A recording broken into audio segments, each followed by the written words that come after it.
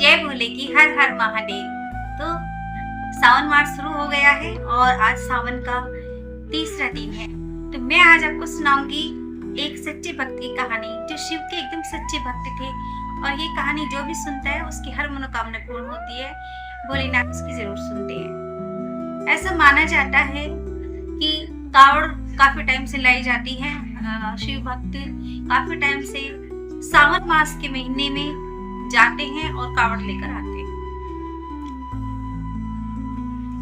जय भोले की हर हर महादेव। सावन मास हो गया है और कहते हैं सावन मास बड़ा ही पवित्र महीना माना जाता है। भगवान भोलेनाथ स्वयं पृथ्वी पर भ्रमण करते हैं माता पार्वती के साथ और कावड़ लेकर लोग आते हैं। जो शिव के भक्त होते हैं वो कावड़ लेकर आते हैं और जल चढ़ाते हैं महादेव के ऊपर। ऐसा ही एक सच्चे भक्त की कहानी मैं आपको सुनाने जा रही हूँ। बैजू भक्त। बैजू बाबा के नाम से एक भक्त हुआ करते थे जो शिव के सच्चे भक्त थे। ये सच्ची घटना पर आधारित स्टोरी मैं आपको सुना रही हूँ। जो बाबा बैजू थे वो एक किसान थे और किसान करके जो उनकी खेती बाड़ी होती थी उसी से उनका भरण पोषण हुआ हुआ करता था। वो शिव के सच्चे भक्त थे, रोज मंदिर जाते थे और अपने हर काम को जय भोले की हर हर महादेव शिव का नाम लेते हुए ही उनका पूरा दिन व्यतीत होता था। उनका हर काम शिव भक्ति में लीन होकर ही होता था। वो हमेशा उनके मन में हमेशा शिव की पूजा ही चलती थी, शिव का ही नाम चलता था। वो अपना सारा काम शिव को याद करके ही किया करते थे। जब सावन मास आया चारों तरफ हर हर भोले हर हर महादेव के जयकारे लग रहे थे और तो उसके मन में हर बार ख्याल आता था कि मैं भी जल लेकर आऊंगा, कावड़ उठा कर लाऊंगा महादेव की और मैं भी जल चढ़ाऊंगा। लेकिन वो इतना गरीब था कि खुद के खाने के भी उसके घर में 2 वक्त की रोटी भी सही से नहीं थी। ऐसे में कावड़ यात्रा करना उसके लिए संभव नहीं था। लेकिन एक बार उसने पूरा मन बना लिया कि मैं जल जरूर लेकर आऊंगा, मैं हरिद्वार जरूर जाऊंगा, मैं कावड़ जरूर उठाऊंगा। लेकिन क्योंकि वो बहुत गरीब था, उसके पास पैसा नहीं था, खाना ही नहीं था ठीक से 2 टाइम का, इसलिए उसने अपनी एक लाठी, पहले के लोग लाठी लेकर चलते थे ना, तो एक लाठी लेता है और घर में जो लोटे होते हैं उसके घर में वो एक साइड पे दूसरा लोटा, एक साइड पे दूसरा लोटा लटका कर जल को एक लोटे में करके लाऊंगा ऐसा सोच के वो लाठी में 2 लोटे बांधता है और उसको कवर कर उठ देता है और वहां पर वो चल लेता है।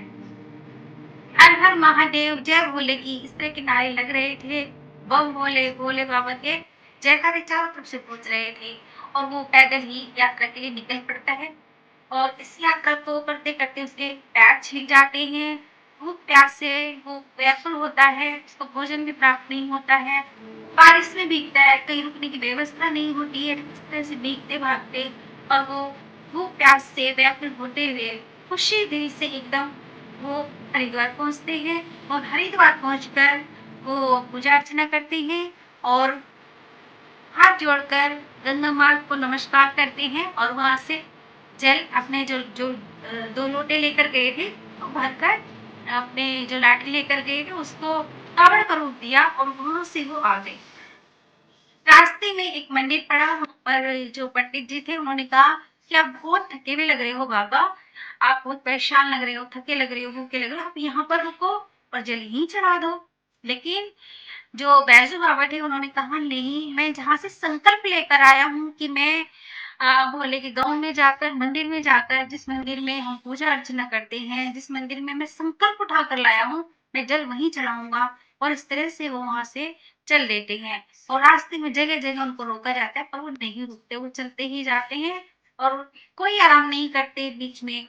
वो जब से उन्होंने जल उठाया सीधा अपने जो मंदिर था जहाँ पर वो पूजा अर्चना किया करते थे उनके गांव का मंदिर वहां जाकर होते हैं और भोलेनाथ को जल चढ़ाते हैं।